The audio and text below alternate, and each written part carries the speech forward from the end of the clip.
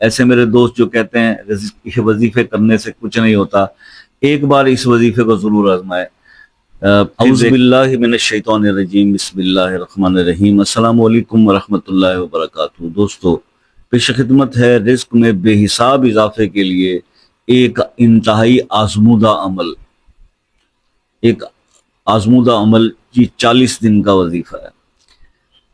آپ جو لوگ میرے بہن بھائی تھک چکے رزق کے وظیفے کرتے کرتے اور پریشان ہیں کہ جناب بہتری نہیں آ رہی، تو یہ ایک عمل آپ کے ساتھ شیئر کر رہا ہوں۔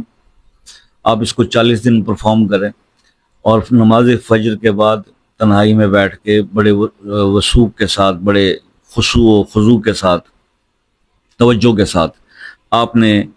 پہلے 3 مرتبہ درود ابراہیمی پڑھنا ہے، اور اس کے بعد آپ نے یہ دعا پڑھنی ہے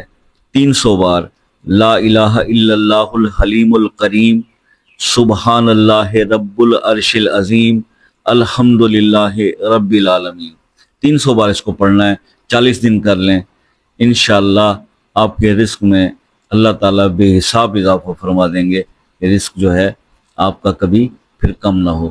تو یہ عمل جو ہے بہت زبردست ہے اور آزمایا ہوا عمل ہے، بہت رزلٹ اس کے اچھے ہیں، تو آپ بھی ضرور کیجئے۔ ایسے میرے دوست جو کہتے ہیں یہ وظیفے کرنے سے کچھ نہیں ہوتا، ایک بار اس وظیفے کو ضرور آزمائے،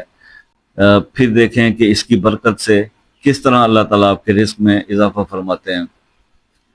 بات یہ ہے کہ ہمارے کسی بھی عمل میں جو ہم نفلی عبادات کی خاص پوائنٹ آف ویو سے بات کرتے ہیں، تو اس میں قبولیت کا یا اس میں رزلٹ کا جو تعلق ہے وہ یقین کے ساتھ جڑا ہوا ہے۔ اگر آپ بے یقینی کی کیفیت میں کرتے ہیں تو مسائل ہوتے ہیں، لیکن پورے یقین سے جب آپ پڑھتے ہیں، جو کوئی دعا ہوتی ہے جو مسنون ہوتی ہے، یا کوئی اللہ کا اسم ہوتا ہے یا قرآن کی آیت ہوتی ہے، تو جب آپ اس کو پورے یقین سے عمل کرتے ہیں اس پر، تو پھر رزلٹ بہت ضرور ملتے ہیں، اچھے ملتے ہیں۔ ٹھیک ہے جی، تو یہ ایک عمل تھا جو آپ کو بتا دیا مختصر ٹائم کے اندر۔ کچھ مزید پوچھنا سمجھنا چاہتے ہوں تو پھر آپ واٹس ایپ پہ رابطہ کر لیں گے 8 سے 11 بجے تک،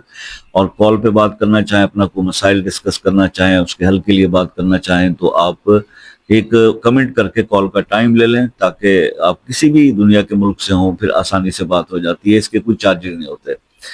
اور اسی کے ساتھ اگر کسی ایسے معاملات میں زندگی الجھ گئی کہ بہت سارے وظائف کرنے سے بھی وہ کام ہو نہیں پا رہا،